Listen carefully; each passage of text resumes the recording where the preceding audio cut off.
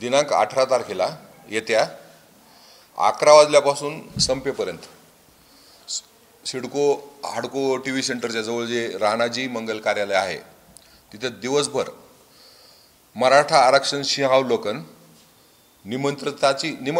जे निमंत्रित आहेत तेवढ्यासाठीच स्पेशली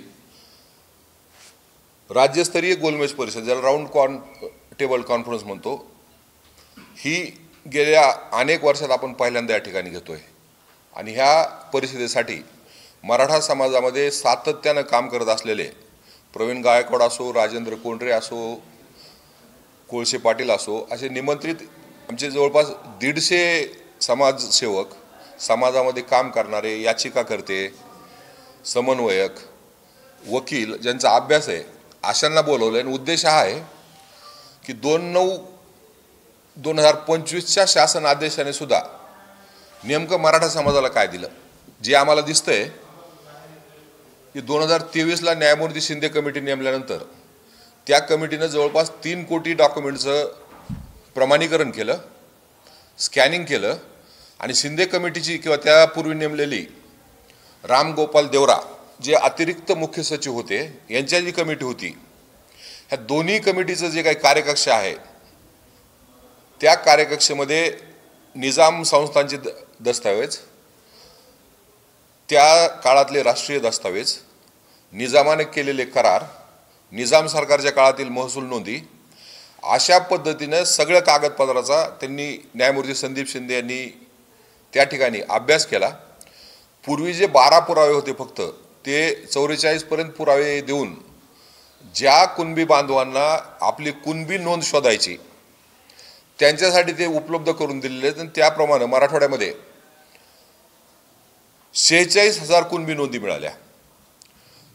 न्यायमूर्ती संदीप शिंदे कमिटीपूर्वी मराठवाड्यामध्ये कुणबी प्रमाणपत्रच मिळत नव्हतं.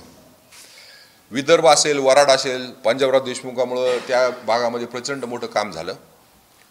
खानदेश असेल किंवा उर्वरित महाराष्ट्र ज्याला त्या काळातला ब्रिटिश स्टेट म्हणतो आपण, त्यामध्ये कुणबी प्रमाणपत्र मिळणं ही रेग्युलर प्रोसेस आहे.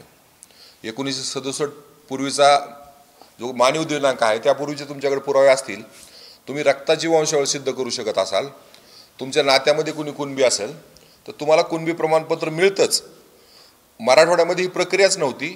ती तत्कालीन मुख्यमंत्री एकनाथराव शिंदे साहेब आणि त्यांनी नेमलेल्या न्यायमूर्ती शिंदे कमिटीमुळे ती मराठवाड्यामध्ये चालू झाली आणि 46,000 नोंदी मिळाल्या. त्यातून 2,39,000 प्रमाणपत्र हे वितरित झाले. पण व्हॅलिडिटी किती लोकांची झाली? फक्त 8,300 लोकांची. म्हणजे संपूर्ण मराठवाड्यामध्ये, कारण व्हॅलिडिटी असेल तरच तुम्ही त्या जातीचा उपयोग करू शकता ओबीसीमध्ये. जसं कुणब्याला 83 क्रमांक आहे, मराठ्याला असायचा संबंध नाही. कारण वारंवार जे आता आमचे सहकारी भानुशींनी सांगितलं की अण्णासाहेब पाटलापासून जे आंदोलन चालू आहे, आता 2/9ला शेवटी ज्या विखे पाटलांनी आमचं आंदोलनच बुडवायचं त्या ठिकाणी ठेका घेतला असल्यासारखं मराठ्यांचं आंदोलन त्यांनी मोडीत काढायचं काम त्या ठिकाणी केलेलं आहे. तर 2/9 पर्यंत जितक्याही नोंदी मिळाल्या मराठवाड्यामध्ये त्याच्या बाहेर जाऊन आता ह्या 2/9च्या GRनी काहीच मिळणार नाही. कारण जो कुणबी आहे हुकूमचं चुकून ते डॉक्युमेंट जर चुकीचे असतील तर त्यांनी ते दुरुस्त करायचे आणि त्या प्रमाणपत्रासाठी अर्ज करायचा अशी ही मोहीम आहे. पण यात पुन्हा फरक असा आहे, न्यायमूर्ती संदीप शिंदे कमिटीनं स्वतःहून काम केलं होतं. आता कसं आहे, तहसीलला अर्ज करायचा, तहसीलला अर्ज केल्यानंतर तहसीलदार तो अर्ज 2/9ला जी त्रिसदस्यीय कमिटी नेमली, ग्रामविस्तार अधिकारी, कृषी अधिकारी, महसुली अधिकारी, त्यांच्याकडे पाठवायचा आणि ते गावामध्ये ग्रह चौकशी करतील, कुणब्याचे रक्त नाते आहेत का, संबंध आहेत का, हे सगळं त्यातमध्ये ते बघतील, जाहीर पंचनामा करतील आणि परत तो अर्ज तहसीललाच पाठवतील. तहसीलला गेल्यानंतर वंशावळ कमिटी जी तहसीलमध्ये जी इस्टॅब्लिश करते रिलेशनशिप, ब्लड रिलेशनशिप, ती वंशावळ कमिटी त्या अर्जावर विचार करेल, वंशावळ सिद्ध होते का हे बघेल आणि त्यानंतर हे SDO कडे जाईल आणि मग ते योग्य वाटलं तर प्रसंगी SDO हरकती मागवल, सूचनाही मागवल, ऑनलाईनही ते सूचना मागवतात आणि त्यानंतर प्रमाणपत्र दिलं जाईल. आमचा यामध्ये जाहीर आरोप आहे की राधाकृष्ण विखे पाटलांनी मराठा समाजाची फसवणूक केलेली आहे. हा काही नवीन कायदा नाही आहे. 1967चा कायदा जो आहे तो ज्या ज्या समाज घटकांना जात प्रमाणपत्र काढायचं आहे, मग ते आमचे SC बांधव असतील, ST बांधव असतील, किंवा ओबीसी मध्ये ज्या नोटिफाईड जाती आहेत त्या सगळ्यासाठीच ती प्रोसेस आहे. आणि त्याचं सगळ्यात महत्त्वाचं काय, ज्या जाती ह्या नोटिफाईड आहेत ओबीसी मध्ये सुद्धा त्यांना क्रमांक दिलेले आहेत. त्या क्रमांकाच्या बाहेरची कुठली जात असेल तर त्यासाठी अर्जच करू शकत नाही. त्यामुळे मराठवाड्यातला जो मेजर समाज आहे यासाठी साधा अर्जही करू शकत नाही, कारण मराठ्याला क्रमांक नाही आणि ते ऑनलाईन भरायचं तुम्हाला क्रमांक टाकावा लागतो, तो क्रमांकच नाही मराठ्याला. त्यामुळे मराठी यात यायचा संबंध नाही. हे आणि सर्वोच्च न्यायालय असेल, विविध न्यायालय असेल, यांनी मराठा आणि कुणबी एक जात आहे असं कधीच म्हणलेलं नाही. आमची ती प्राधान्याने मागणी होती आंदोलनामध्ये की मराठा आणि कुणबी एकच आहेत. मराठवाड्यामध्ये निजाम स्टेटमध्ये जेवढे मराठी होते ते सगळे अदर बॅकवर्ड क्लास गटातलेच आहेत, म्हणून यांना आरक्षण द्या ही मागणी होती. परंतु विखे पाटलानं आझाद मैदानावर समाजाची फसवणूक केली. सरसगट मराठ्याला आरक्षण दिलं आणि सगळ्याला मिळेल असं सांगितलं. पण गेल्या 3-4 दिवसांपासून सातत्यानं राज्याचे मुख्यमंत्री असतील, महसूल मंत्री असतील, हे सांगतायत की ज्यांची खरी नोंद आहे, ज्यांच्याकडं खरे पुरावे आहेत आणि रक्तनात्याप्रमाणे ते सिद्ध करू शकतात, तेवढ्यालाच कुणबी प्रमाणपत्र मिळेल. आणि ते काम तर शिंदे समितीने केलेलंच आहे. 8,300 व्हॅलिड आहेत. मग बाकीच्या मराठ्याचं काय,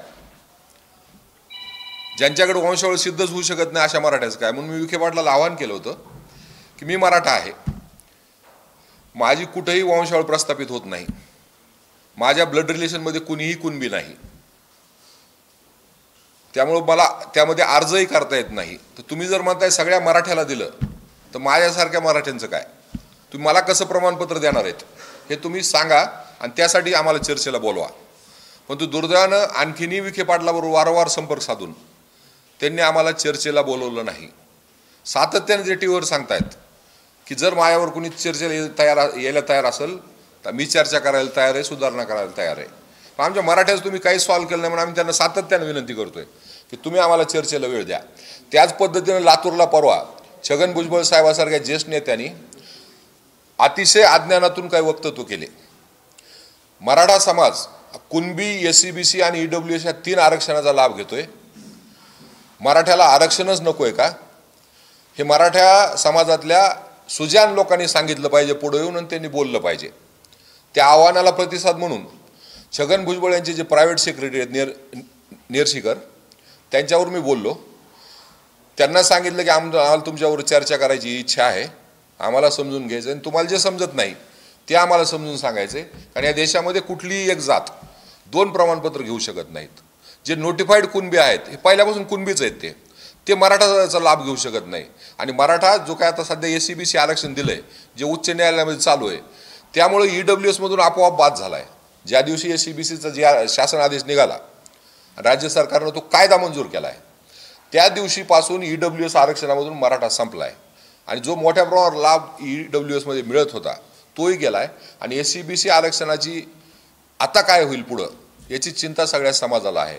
कारण यापूर्वी 2018 साली हाच कायदा केला होता, तो सर्वोच्च न्यायालयापर्यंत गेला. शेवटी घटनेचा आणि कायद्याचा अर्थ काढायचा जे आहे ते काम सर्वोच्च न्यायालयाचं आहे. म्हणून 5/5/2020ला सर्वोच्च न्यायालयाने तो फेटाळला. पण दरम्यानच्या काळात जे आमच्या प्रचंड मोठे बांधव कोणी ॲडमिशन घेतले होते वेगवेगळ्या कोर्सला किंवा नोकऱ्यासाठी त्यांनी अर्ज केले होते, सिलेक्शनही झालं होतं, ते सगळ्याला सुप्रीम कोर्टाने संरक्षण दिलं नाही. म्हणून हजारो मराठी तरुण यातून बाहेर फेकले गेले आणि त्यांना प्रचंड त्रास झाला त्याचा.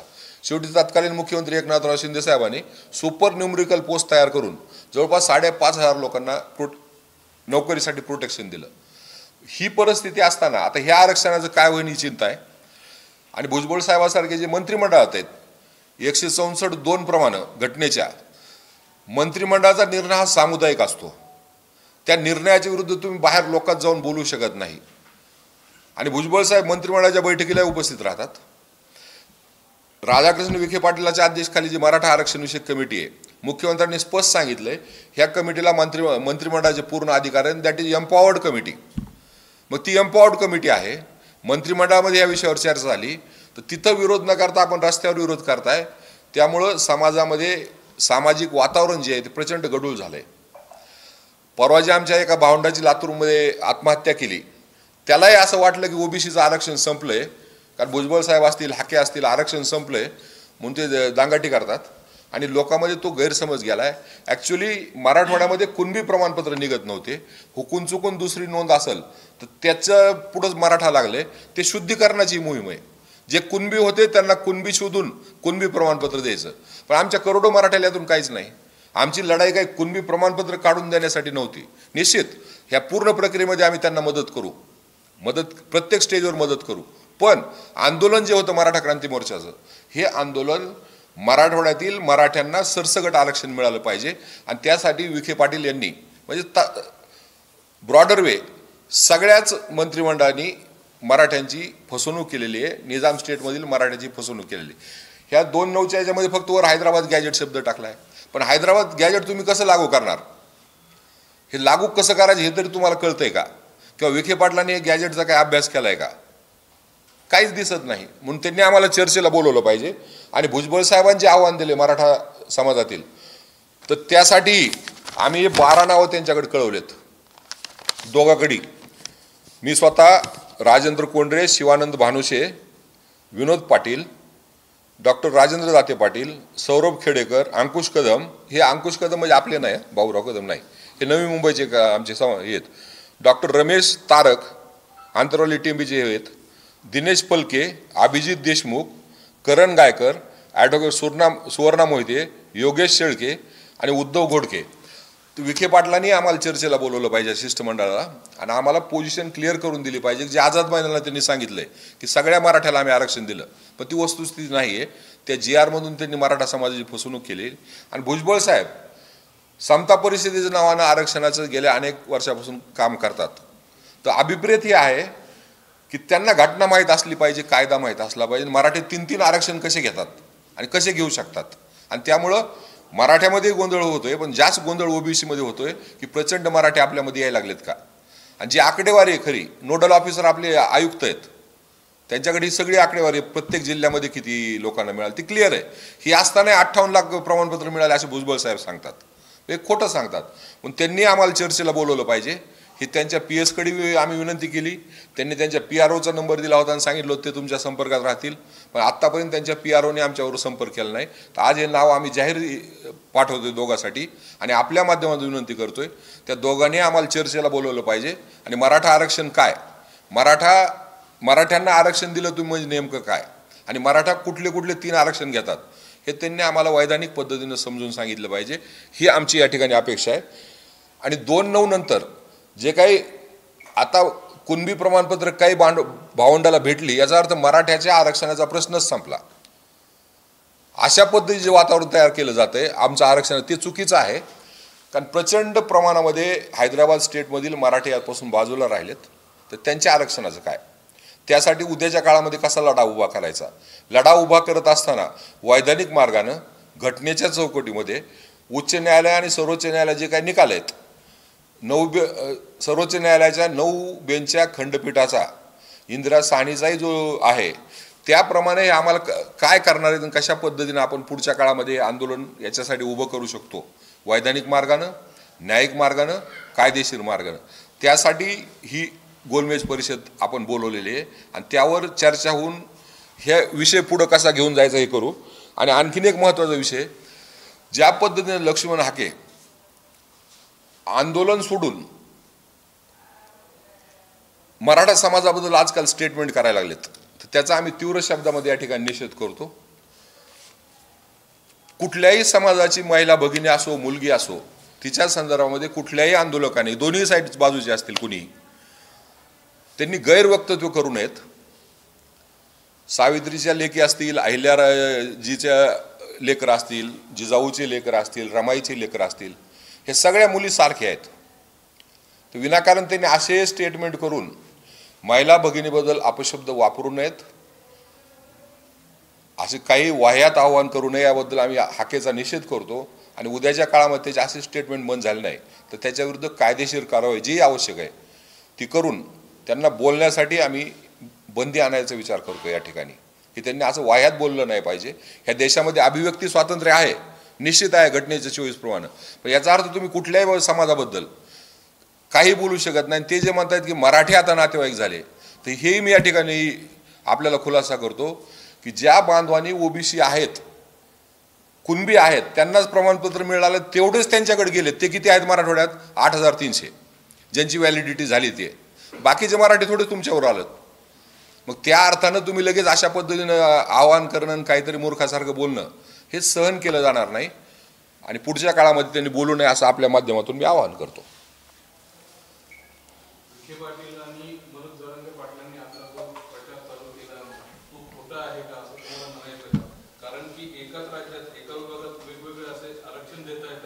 निश्चित देता येतात.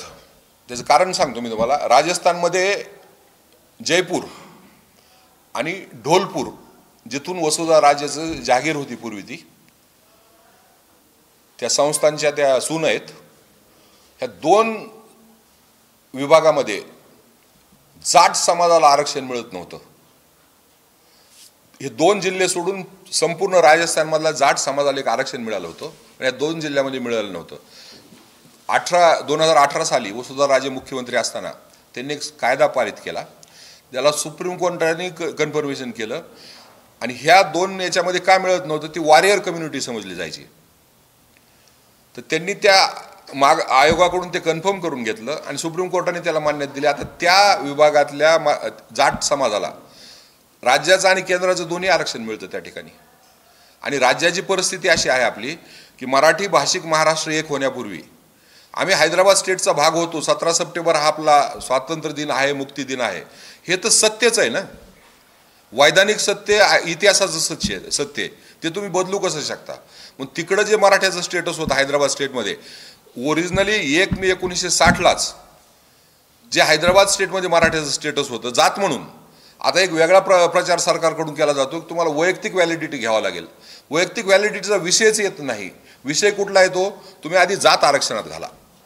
जर जात आरक्षणात गेली नाही तर तिला क्रमांक मिळत नाही. वैयक्तिक मग जे काही त्यामध्ये आयडेंटिफाईड जाती आहेत तेवढ्यालाच मिळेल.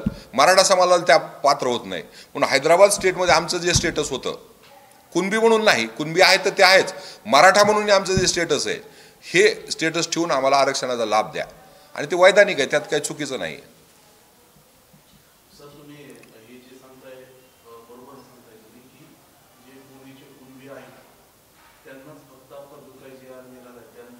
करेक्ट. कुणबी हुडका मोहीम आहे ती. हां,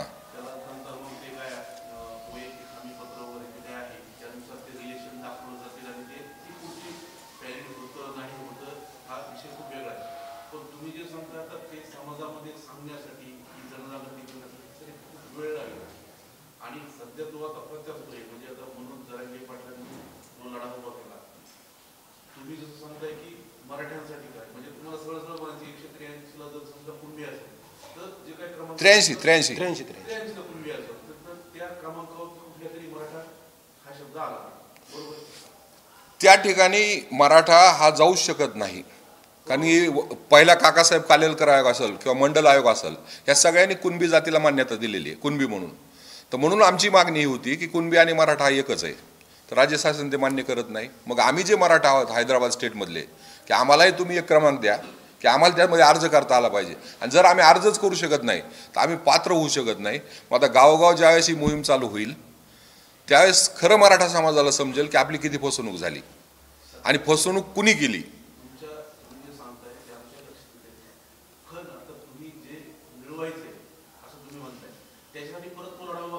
निश्चित.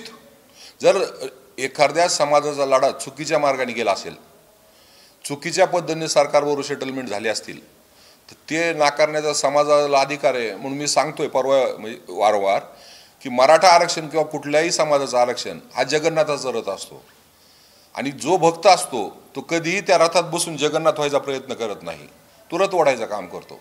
पण दुर्दैवानं मराठा आरक्षणाची चळवळ जी आम्ही जगन्नाथाचा रथ म्हणून महाराष्ट्रातल्या 50 संघटनांनी उभी केली होती, तिच्यामध्ये जगन्नाथ म्हणून काही लोक जाऊन बसले आणि मीच आता मराठा समाजाचा गाडा ओढतोय अशा पद्धतीचा प्रचार करून मराठा समाजाला वेठीस धरू लागले.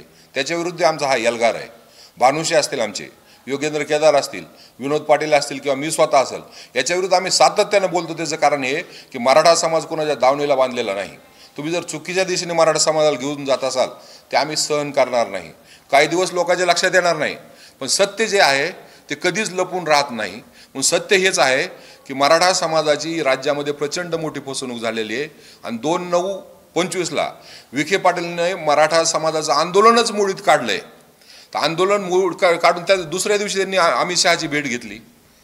म्हणजे मराठ्यांचं आंदोलन मोडीत काढायचा ठेका विखे पाटलांनी घेतला होता का? की त्यांच्याकडे असं काही सुपारी होती का की आंदोलन मोडीत काढायचं? म्हणजे खोटं बोलले आणि त्यानंतर आता त्यांचे स्टेटमेंट वेगळेच होते. पण ह्या विषयावर चर्चा करण्यासाठी ती वेळ देत नाहीत. त्यांनी वेळ दिली पाहिजे. म्हणून आता आम्ही आज समिती जाहीर केली की आमच्यावर चर्चेला वेळ द्या. आणि हेही जर झालं नाही तर त्यानंतर लोणी हे जे त्यांचं गाव आहे त्या ठिकाणी विठ्ठलराव विखे पाटलाचा जो पुतळा आहे तिथं आम्ही लाक्षणिक उपोषणाला बसणार आहोत की त्यांनी माझ्यासारखे जे मराठी आहेत, मग कुठंही मला कुणब्याचं माझं नातं नाही, रक्तसंबंध नाही, तर मला ते कसं सर्टिफिकेट देणार आहेत हे त्यांनी जाहीर केलं पाहिजे आणि ते काढून दाखवलं पाहिजे. नाही तर महाराष्ट्रातील मराठ्यांची त्यांनी माफी मागितली पाहिजे. होय, मी तुमची फसवणूक केली. एकच गोष्ट बरं का,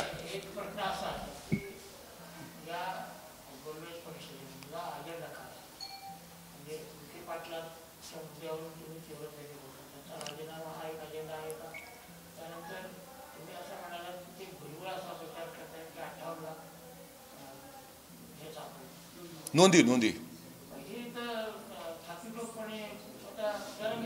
चुकीचं आहे ते. त्याच्यावर बोलतो सर. एकच मिनिट सांगतो. एकच हां, बोलतायत भानुश सर. सर नाही, मी बोलतो सर. ते जे बोलत आहेत ते त्यांचा राजकीय अजेंडा आहे, तो सामाजिक अजेंडा नाही आहे. जरांगेचा सुद्धा चुकीची स्वच्छ आकडेवारी आहे. कुणीही याचा नोडल अधिकारी जो आहे आपला कमिशनर, आणि प्रत्येक जिल्ह्याच्या वेबसाईटवर हे टाकलेलं आहे किती लोकांना कुणबी प्रमाणपत्र मिळाले, किती लोकांची व्हॅलिडिटी झाली. आणि 58 लाख जो आकडा आहे तो आमचे महामानव पंजाबराव देशमुखाच्या काळापासूनचा आहे. वराडामध्ये फक्त वराड प्रांतात 25 लाख त्यातले आहेत, फक्त वराड प्रांतामध्ये 67 पासूनचा आकडा आहे. 67 पासूनचा आकडा आहे तो. आता मराठवाड्यापुरती मानवी दिनांक कुठला? 7/9/2023ला न्यायमूर्ती संदीप शिंदे यांची कमिटी नेमल्यानंतर किती प्रमाणपत्र मिळाले मराठवाड्यात? त्यापूर्वी मिळत नव्हते. आणि कितीही तुम्ही बदललं तर ते आकडेवारी 46,000 नोंदी, 2,39,000 प्रमाणपत्र आणि 8,300 व्हॅलिडिटी, ज्याचा उपयोग नोकरीसाठी किंवा शिक्षणासाठी होईल. ज्याची व्हॅलिडिटी नाही त्या प्रमाणपत्राला कसलीही किंमत नाही. कशी होईल? झाले नाही ना. काल सुद्धा तिथले जे कलेक्टर आहेत त्यांनी सांगितलं आमच्याकडे कुठलाही अर्ज पेंडिंग नाही. सर तुम्हाला सांगतो त्याचा अर्थ काय? त्याचा अर्थच तो आहे ना. मी आकडेवारी सांगतो की ज्या दिवशी 31 तारखेला अभ्यासकांना बोलवलं होतं त्या दिवशी 1.5 तास मी जरांगे पाटलांशी स्टेजवर चर्चा केली. त्यांना सांगितलं हा महत्वाचा मुद्दा आहे. असं गॅजेटियर लागू करून आणि GR कडून आरक्षण मिळत नसतं, असं काही होणार नाही असं स्पष्ट त्यांना त्या दिवशी. तो कायदा नाही. दुसरी गोष्ट ही सांगितली 58 लाख नोंदी ज्या आहेत त्या 1967 पासूनच्या आहेत. त्यातल्या 23 लाख नोंदी या केवळ अमरावती विभागातल्या. तिथं तर पहिल्यापासूनच आहे ना. वेगळं काय सांगायचं आपण? मराठवाड्यात फक्त 48,000. 48,000 नोंदी आहेत. 2,39,000 सर्टिफिकेट निघालेले आहेत आणि त्यातले 8,000 व्हॅलिड झालेले आहेत. पण 2,39,000 व्हॅलिड होणार नाहीत, कारण बाकीच्या विभागातले जे आकडे आहेत ते जेवढ्या नोंदी आहेत त्याच्या मागे पुढेच व्हॅलिड झालेले आहेत. हे 2,49,000 एवढा आकडा किती फक्त मराठवाड्यातला आहे. त्याच्यामुळे हे व्हॅलिड होणार नाही. एखादा मुलगा MBBSला लागला, नोकरीला लागला आणि परत जर व्हॅलिड झालं तर त्याचं ते MBBSचं ॲडमिशन रद्द होतं, त्याचं नोकरी जाते. उद्या मुलांनी आत्महत्या करायच्या का चुकीचे प्रमाणपत्र देऊन? म्हणून हे खरं सांगितलं पाहिजे, नैतिक जबाबदारी. म्हणून जो अजेंडा आमचा असणार आहे की या GR मधून जे 2 सप्टेंबरपर्यंत होत होतं त्याच्या व्यतिरिक्त काहीही झालेलं नाही. या GR मुळे काहीही होणार नाही एवढं स्पष्ट आहे. जे म्हणतायत की खूप काही मिळालं ते खोटं बोलतायत, आणि जे म्हणतायत OBC आरक्षणाला धक्का लागला ते पण खोटं बोलतायत. अर्थात देवेंद्र फडणवीसांपासून तर विखे पाटलांपर्यंत, भुजबळांपर्यंत हे सगळे पॉलिटिक्स करतायत, राजकारण करतायत. हाकेपर्यंत हे फक्त राजकारण आहे, याच्यातून काहीही झालेलं नाही. भावनिक समाज आहे. एकच मिनिट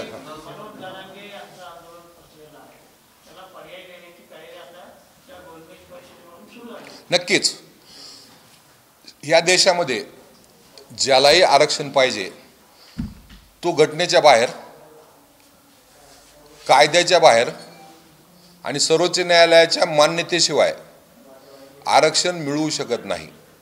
न्यायमूर्ती शिंदे कमिटी असेल किंवा आत्ताचा 2/9चा GR असेल, हा GR आहे, हा कायदा नाही आहे, हा शासन आदेश आहे, कायदा नाही आहे.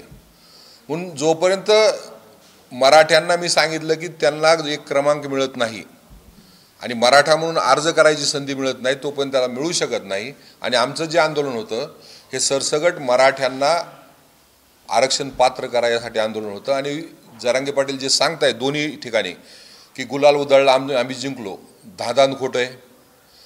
राधाकृष्ण विखे पाटील म्हणतायत आम्ही जिंकलो, मी मराठ्यांना आरक्षण दिलं, हे धादान खोटं आहे. ही समाजाची फसवणूक आहे, समाज फसवला गेला आहे.